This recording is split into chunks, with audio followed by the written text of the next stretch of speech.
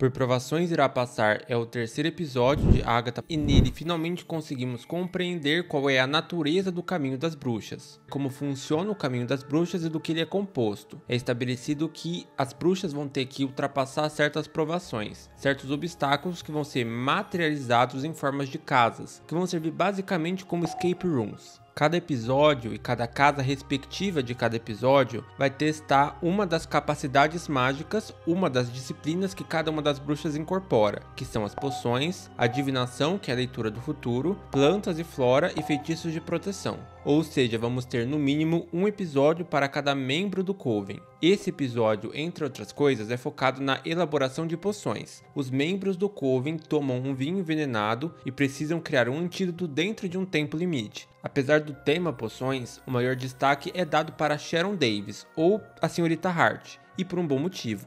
A casa em que a primeira provação acontece é baseada em uma mansão de luxo, aparentemente com tema dos anos 80 e 70, ou seja, uma casa mais ou menos retrô. Ao adentrar na casa, todas as personagens têm as suas vestimentas alternadas para casar com a casa. Nesse sentido, a Jennifer Cale, que é a bruxa das poções, até diz que a roupa que ela está utilizando se assemelha às roupas que as clientes usam. Ou seja, toda essa primeira provação foi tematizada para casar com o universo da Jennifer Cale. Parte do ciclo do envenenamento envolve um inchaço facial, que parece muito com uma cirurgia plástica mal sucedida, que evolui progressivamente para alucinações com cenas do passado e, caso não seja curado, o envenenamento acaba na morte. As cenas do passado que cada personagem tem servem para dar pistas da origem de cada personagem e também para criar um certo mistério de onde elas vêm e para onde elas vão. O passado da Lilia Caldeiro, a bruxa da divinação, envolve uma jovem, uma mulher idosa e uma caveira, todas com roupas e um espaço em estilo medieval. O passado da Jennifer Cale, a bruxa das poções, envolve o confronto dela com um homem, possivelmente um médico, que quer matá-la por algum motivo. O passado da Alice, a bruxa da proteção, envolve a mãe dela, uma bruxa que se perdeu no caminho das bruxas e que tem uma suposta maldição que é passada de geração em geração. A mãe da Alice é obcecada em proteger a filha, daí o fato da Alice ser uma bruxa de proteção.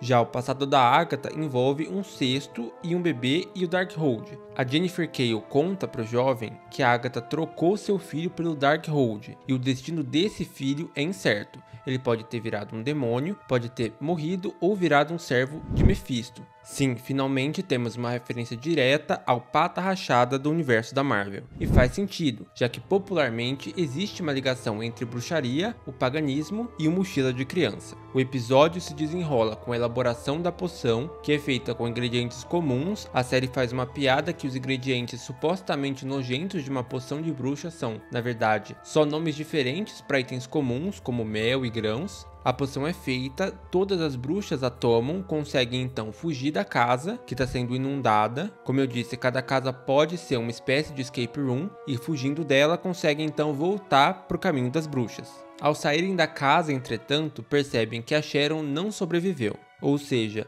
o destaque à personagem é justificado por esse fato. Essa morte pode muito bem ser permanente ou não, provavelmente não é, ela vai ser desfeita, mas mais pro final da série.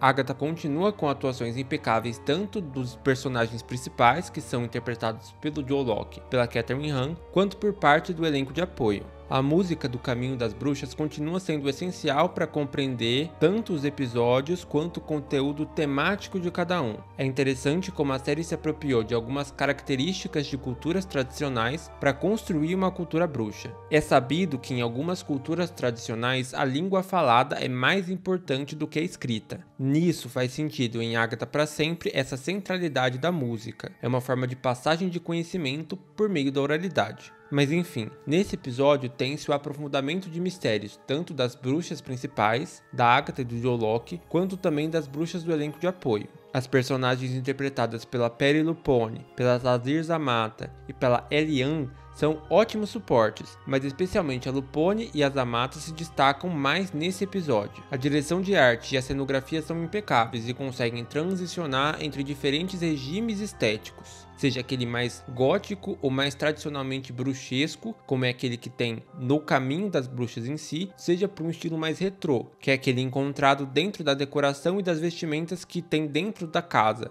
dentro da escape room. Um outro ponto de atenção é que durante o episódio fala-se muito do filho da Agatha. Isso também aconteceu durante o primeiro e o segundo episódio. Talvez o personagem do Joe Locke, o jovem, seja uma espécie de híbrido entre o Wicano, o Billy e esse filho perdido da Agatha. Outro momento também que aprofunda os mistérios é quando a Lilia Caldeiro em um certo momento grita: "Preciso salvar a Agatha".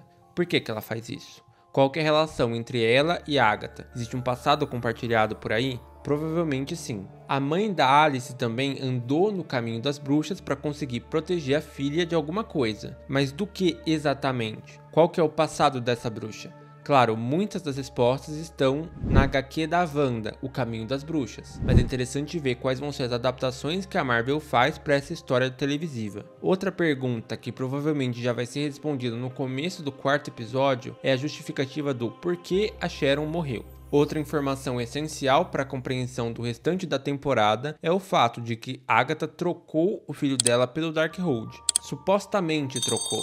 É parte também do imaginário de histórias sobre bruxas, o elemento de trocar alguma coisa de valor afetivo por poder.